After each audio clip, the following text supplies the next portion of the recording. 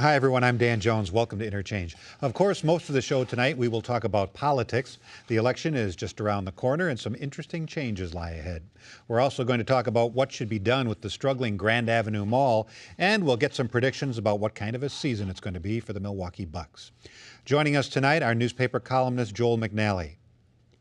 Aide to Republican State Senator Mary Lozick, and oftentimes a host over at WISN Radio, Kevin Fischer. Denise Callaway, she's the communications director for the Greater Milwaukee Foundation. And Gerard Randall, consultant and local job creation expert. First, let's talk about the governor's race. Walker and Barrett meet for their final debate from Wisconsin Public TV studios in Madison right after this show tonight, Friday night, so stick around, it'll be a good one. Who ran the better campaign? Who's going to win this race and why? Joel, how about you first? I don't know that either of them ran a great campaign. But it's so hard for us to judge here in Milwaukee County because, you know, they are local candidates. I think the media has been incredibly kind to both of them. I think covering up some of the flaws and you know, ignoring the fact that Milwaukee County is on the verge of bankruptcy, which to me should be the central issue in any campaign who's going to take over the state and maybe put the state on the verge of bankruptcy. I think I thought in the debates and in many of the ads that I saw, and I don't see very many ads because they drive you crazy. I think Tom Barrett comes across as probably the more mature and looking governor-like, and with all the the down dressing and the sports shirts and things like that. I think he's presented himself the way he really is as just kind of a nice guy. The fact that Scott Walker is running on his record in Milwaukee County is just remarkable to me because it's such a horrible record, and the Greater Milwaukee Committee had to admit. They tried to cover up this report that they didn't want to release until after the election, that Milwaukee County is on the verge of bankruptcy. That they basically are going to be recommending selling it off and killing the job of county executive, and I don't know why the race has not concentrated on some of those big issues. There have been a ton of ads going back and forth on abortion, on all kinds of side issues that are not the major issues in the race, and I can't for the life of me understand that. I don't believe any of the polls I've read on any of the races here in Wisconsin. I don't believe that suddenly 2 years after an overwhelming Democratic turnout, there's some reason why Democrats aren't going to vote in this election. I don't trust any of the likely voter screens that these polls have used that say Republicans are real gung-ho and they're really excited about getting out there. I think with both the candidates coming from Milwaukee County, there's a whole lot of the state that probably doesn't care very much. Denise, do you think Barrett's behind in most of the polls because people don't like Tom Barrett, or they do like Scott Walker, or they don't like Democrats, period? Why? I think there are a couple of different reasons. We've talked about the fact that he did not have a primary race. And I think one of the disadvantages that provided for him was that he didn't really get his name out there as much. So I still think there's not, kind of hard to believe with all the different ads that are running, it seems like, always around the clock. But I still think that there is that kind of lack of recognition about who Tom Barrett is, what he's been able to accomplish here in Milwaukee. So I do think that, he is behind in the polls. It's a 9-point margin, and I think that that's a big margin to overcome. I agree with Joel. I think one of the questions is, and I think the key is going to be, who's going to be able to get their supporters out to vote? Are the Democrats going to be able to rally the kind of support this election that they did 2 years ago? Are they going to be able, in particular, to get young people out to vote? And I think we know it'll be less. Right, but I can't believe it'll be so much less. I think one of the keys is really going to be Dane County. I really do believe that if Dane County is able to show a strong turnout, as it did 6 years ago when Feingold was reelected, I don't know how many of us remember, that was the difference for Russ Feingold in that election 6 years ago. So I think if Dane County can have a strong turnout and Democrats can begin to capture some of that momentum, Tom Barrett has a chance. But 9 points is 9 points. It's a long way to come back from. Kevin, was it a mistake by Barrett's campaign to partner him with Barack Obama? I think that didn't play well for the mayor. A lot of Democrats running for re-election in Congress have quietly made the move that they did not want to be seen anywhere near Barack Obama. That was in the South. And be part of his coattails because they thought there'd be a backlash and that would be a negative. I think what's happening here, you asked who ran the better campaign. No, Tom Barrett did not have a primary at all. And very early in the year when Scott Walker was running around all over the state, there were weeks and weeks and weeks in the mayor's schedule where he was not out campaigning for that very reason. You ask who ran the better campaign? You know what? When the Milwaukee Journal-Sentinel editorial board that can't stand Scott Walker still endorses him, what does that say about the campaign that Tom Barrett ran? It says they were ordered to endorse him since the editorial said all the reasons why Tom Barrett would be a better governor. You know, I think Wisconsinites have had enough of Jim Doyle-type politics. Tom Barrett has not done enough to separate himself from Jim Doyle. He will be another Jim Doyle in that he will raise taxes, increase spending. You have high debts, high deficits. He supports the train that nobody likes.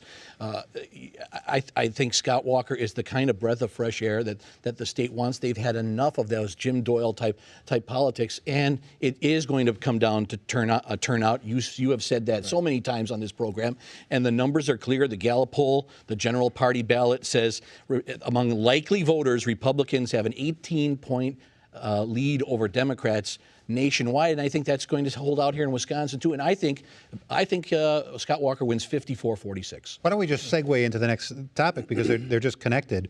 Some people are saying, well, I think Feingold's going to win, but Barrett's going to lose. But that would require people to vote for Feingold and then to vote for Walker, and that's not going to happen. That makes no sense. I think either Feingold and Barrett both win or they both lose. I would agree with you. And I think it's a lot closer than people think. Well, I don't think so. I don't think that the election is close for this reason. Here in Milwaukee, you have Democrats that have traditionally enjoyed a lot of support off the South Side. They're not going to get that this time around. Scott Walker will have that advantage. They've combined machines with Paul Ryan's election machinery to make sure that in the southern communities in the county, that there's a big turnout effort that will match that effort in Waukesha, Ozaukee, and Washington counties, traditionally Republican areas. So those votes that normally would have gone to a Democratic candidate will look like those votes that should have gone to Koala, should have gone to Tom Loftus. They will shift and go to Scott Walker, the Republican, this go-round. I think also the black vote, even if it's juiced up, it may not be enough to offset those vote losses that will happen in the southern part of the county.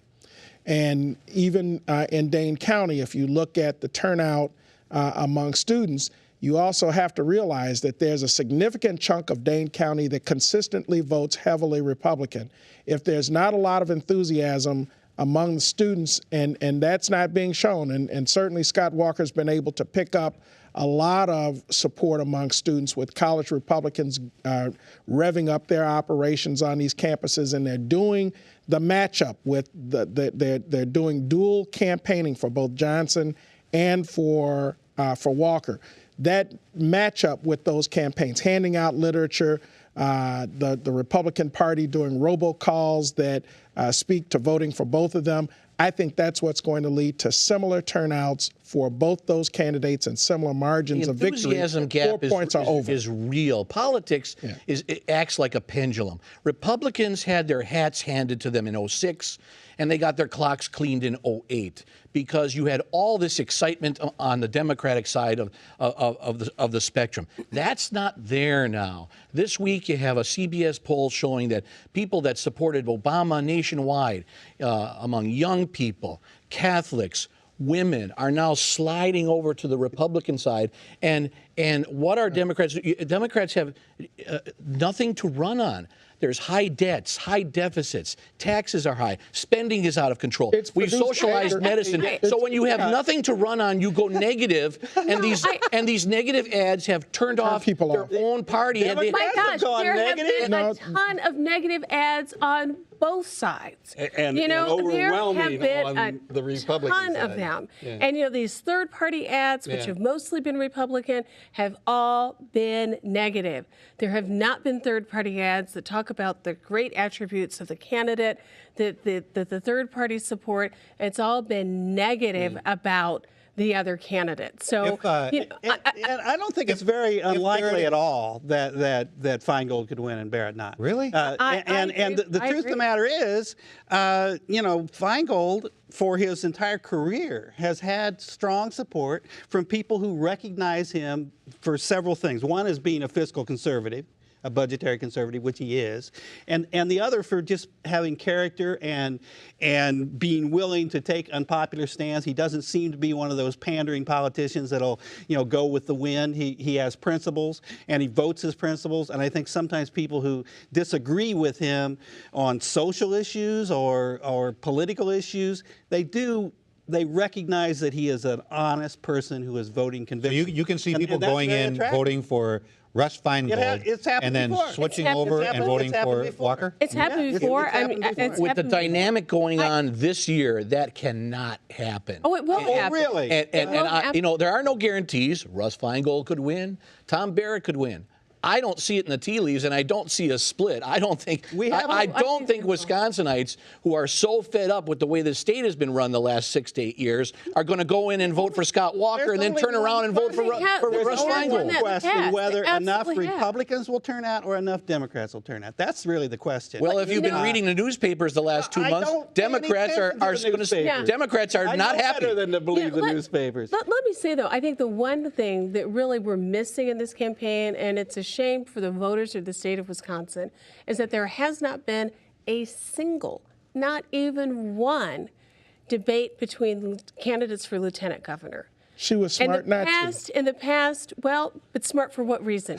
I mean, really, I think with some of the comments that have been made over the past couple of weeks. But let me say this, I don't think it's smart politics when you say to folks in the state of Wisconsin, we have had 4 of the last 10 lieutenant governors have to step in and serve as governor. The people in the state deserve to know where both of these candidates stand, so they can make up their difference. No one ever votes for the lieutenant governor. That's right, Joel. They really don't. That's right, and that's why nobody cares about what Denise just said. But they do. People do care about that. Oh my God, I'm not going to vote for Scott Walker because Rebecca Clayfish, this wonderful woman, decided to not debate Tom Nelson. Oh my God, what a scandal! All right, we're gonna go on to the next topic. We got to talk about the Grand Avenue Mall for a few minutes. I know we did a few weeks ago, but they are in such bad shape that the bank actually came in this weekend and took the mall over. What happened to that mall, and will it ever come back? Will it ever come back as a mall? It became a victim of the Mayfair Mall. Rightly or wrongly, a lot of people, females who drive vans, decided they weren't going to come downtown Milwaukee anymore and shop at the Grand Avenue Mall. And after losing, does all the blame fall on young black males? No. After losing anchor store after anchor store after anchor store, the Grand Avenue Mall became just another mall, and the quality so deteriorated. Less than another Walmart. And I think that's has nothing to do with a little bit maybe with the disillusionment of some that it's unsafe to be in downtown Milwaukee. That's not true, but it is real in the minds of some people. I think it cannot survive as another mall. You've got to do something else there. You have to add entertainment as the primary draw to that mall. Retail is not going to work anymore, and the other malls have done just that, whether it's the movie theaters at Mayfair or the bowling alley and complex at Bayshore Mall. They all have a scheme that separates them from the ordinary and make it a shopping experience or an entertainment experience that is different than what we offer downtown. You've got the variety of restaurants that have all positioned themselves on the edges of the mall that make going to those places destinations. And the Grand Avenue is not a destination anymore. You don't have the restaurant mix. You don't have the entertainment for no matter how you might want to look at what they've got downtown. And you don't have the high quality retail that the housing would tend to suggest you would have down there, because you've got high income housing, and the only store that would be attractive to them is Boston's store, and the only Wisconsin Avenue needs to be Water Street, and it's just the other way around. exactly. Yeah. We talked last couple weeks ago about making it an entertainment center. Right. That makes sense. You to me. said they should go younger, right? Yeah, because that's who everybody else is shutting out. You can't compete with the suburban malls as a mall. I mean, they are getting pretty fantastic out there these days, with high-end stores and great design, and that's, you're not going to replace that downtown. Whatever happens, I will say this, and it's kind of sad, this takeover by the Bank of America means nothing's going to happen for a few years. They're going to sit on the property. It'll probably deteriorate a little further, and at some point they'll be ready to sell it and try to, make some money off of it. But they don't even have any plans. Go for it. after a young crowd. don't have You're plans for absolutely it. right. Go after a young crowd. It's You the have next development. You have all those that is gonna do yuppies it. living downtown Right. in those high rent places.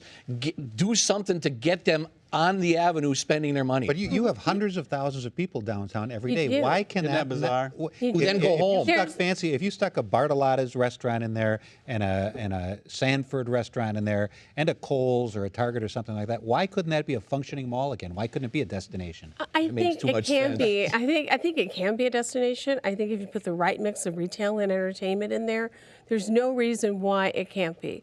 The problem is that there was never, I don't think, a long-term vision for Grand Avenue. There never was. There was never any adjustment in their strategy. After the initial thing Right, got after the tired, initial- they didn't yeah, know what to do. They didn't know what to do with it. They weren't able to take advantage when you started to see high-end residential build-outs just south of Grand Avenue in the Third Ward area. There was never any adjustment made to see how we can begin to capture some of this market share. What they ended up doing was let the past define who they were, rather than grabbing a hold of their own destiny. It just did not happen. Should a discussion take place at all about demolishing it and starting over? Well, I tell you, Those nice old buildings, though? Ooh, I don't know. Some of them are on the register, so they won't be demolished. But I will say that whatever happens to that mall, whatever plan is crafted, will be the centerpiece of the next mayoral campaign. Economic development in downtown, and that mall will be the focus of it. Whoever is running for mayor is going to have to come up with a credible plan to address how that mall will fit into the rest of the downtown community as a driver for jobs, entertainment, or retail. And I can imagine now that of the candidates that are being spoken of for candidate for mayor, they're going to have to be sitting at the drawing board and coming up with I something hope that that they can doesn't sell happen, to the Gerard. public and investors. I would not put this future of the downtown Milwaukee in the hands of our politicians. I would let the Michael Cuddihy's and the super business Maybe people of that's the- the community. maybe that's the plan. They need to come up with the solutions. Maybe that's and the they plan. they are capable of doing it. I don't think elected officials are. All right, let's talk about sports for just a minute. How about the Milwaukee Bucks? The season just got underway. Some people say, oh, it's going to be a great year for the Bucks. Do they have the depth to handle a couple of their superstars being hurt, like Bogut is now? They've got depth. That's why they've got a whole another team on the bench. I mean, they really do. That's the most interesting thing and exciting thing about it. I mean, when Bogut went down late last year, that was a big problem for us. But they actually have backups now, and they the changes they made, both in getting rid of a few people that were welcome to get rid of, and the addition of Maggette and Drew Gooden and The Drew Gooden acquisition was terrific. Absolutely, Smart. and Salmons all year, and Brandon Jennings is getting better and better. That is going to be so much fun to watch this year. Everybody's looking forward to it. They play harder. They're scrappy, just like their coach played. They are better defensively in all categories, and great coaching. They have great coaching. Their general manager is a great coach. Yeah, yes. I think he is. I think he's bona fide NBA Coach of the Year material. Having said all that, though, the Bucks, the East is a heavyweight. For sure. I mean, you just rattle off the teams that also are better and star-studded and well-coached, and because of that, they're going to have a hard time. But I do think they're going to get in the playoffs and maybe go further than they got last year. Do they have to stay super healthy? Yeah, they do. Oh, they do. They do, because you are right, Joel. There is depth on that bench that hasn't been there in the past. But when you have that starting rotation, you build a way of a team working together around those starting players. You start to mix it up a little bit when you have players come in when folks are hurt, and I think that does throw things off a little bit. But I agree with you, Kevin. I think Skiles is a fabulous coach. And there were all these naysayers when he came into town about what he was going to be able to do, what his history was. I think he's proven everybody wrong. I think he's done a They were soft great before him, job. and now they're tough and gritty. They are. It is fear the deer. Yeah. 82 games, it's a marathon. It's not going to be a sprint. And for all of the depth that the Bucks have, keep in mind that the other teams like Miami or like Boston, they don't have that same depth, either because they spent a lot of money for their top five or they've got aging players that Boston is old. They want one more shot, and it costs money. Boston is old. But they're good. I'm not denying, but an injury will knock them out of contention before an injury knocks the Bucks out because of the depth of the bench, and the Bucks are hungry. That's the one thing about this team. They are still hungry. Those other teams, their players individually or collectively have already had the experience of being Cleveland, in an NBA Cleveland in their championship. division, Cleveland obviously is not as good as they used to be. No. Chicago's tough, but the Bucks have a legitimate shot at this division. I agree. Are people excited enough to fill the Bradley Center this season? Oh, yeah. I think After so. that playoff run last year against Atlanta. And some of those superhouse teams coming in, I mean, that's going to fill it automatically. That's The very Miami true. games, the Lakers games. And who else are we going to spend the money on? I mean, in the winter, the Packers probably are not going to be the hot ticket that people thought they were going to be at the beginning of the season. So if you, they were gonna I did too. I did too. so with the discretionary money that you've got to spend, instead of one Packer game, you'll spend it on two Bucks games. So I think you'll see a lot more people who are down there, certainly filling the lower two-thirds bowl of the. They will get facility. momentum from that remarkable run at the end of last season, which it will carry over to this season. I can't remember his name, the guy who's 5'4". Is he going to be able to generate excitement? He'll just be fun to watch, but he's not the key to the team by any means. Our own little Muggsy Bowls. Yes, yeah. All right. Okay, from the Bucks, we go back to the ballot box. Rick Horowitz is a commentator, not a fortune teller, but he's pretty sure at least one thing about Election Day. And he has a few other thoughts, too. Rick? You want a prediction about next Tuesday? Sure, but first a pop quiz. Just one question. In what year did the 2008 presidential election take place? That's right, the 2008 presidential election. When did it happen? You can think about that for a minute while I give you my Tuesday prediction. Here it is. You're going to hear a whole lot about how the people have spoken and about respecting the will of the people. You'll hear it from folks who weren't nearly so eager to respect the will of the people after the last election, the one Barack Obama won by almost 200 electoral votes, by more than 9 million popular votes. Back then, it wasn't about respecting the will of the people. It was about finding a way to stop Obama from doing the things he'd campaigned on, things that people had voted for overwhelmingly. It was about trying to make Obama's election somehow illegitimate. And that's pretty much been their strategy ever since. Okay, so now do you have an answer to my quiz question? When did the 2008 presidential election take place? It took place in 2008 and in 2009, and that's right, it's still going on. That's how politics works. It's a continuing argument. But you might not bother to vote this time, either because you think all you had to do was win once, or because you're disappointed that winning didn't change everything overnight. That's what they're counting on, the people on the other side. I mean, you being a no-show. But for them, the argument never stops. They're relentless. Some of them are still trying to convince people that Medicare and Medicaid didn't help anyone, that Franklin Roosevelt's New Deal was a failure. Hell, some of them are still claiming, You read about this new history textbook in Virginia the other day? Still claiming that thousands of black soldiers supposedly fought for the Confederate side during the Civil War, or that the Civil War had nothing to do with slavery. Like I said, they're relentless. So who's going to fight back? Who's going to hold up the other side of this nonstop American argument? How about you? The next part of the 2008 presidential election is Tuesday. Thank you, Rick. Is that it? Thank you so much for watching. But first, any predictions as far as a Brewer manager in the next couple of days? What do you think? I have none. No. They'll blow it like they always do. I'm assuming it's going to be Bob Melvin because everybody's been leaning that way. They've been talking. I hope it's. And they keep, you know, The Doug and Bob show. I hope they talk Joe Torre out of retirement. I'd love to. That would be a would be great great. choice. All right. Well, we'll see you next week when we'll talk about the election results. Enjoy the rest of your week, and remember the debate right after this show.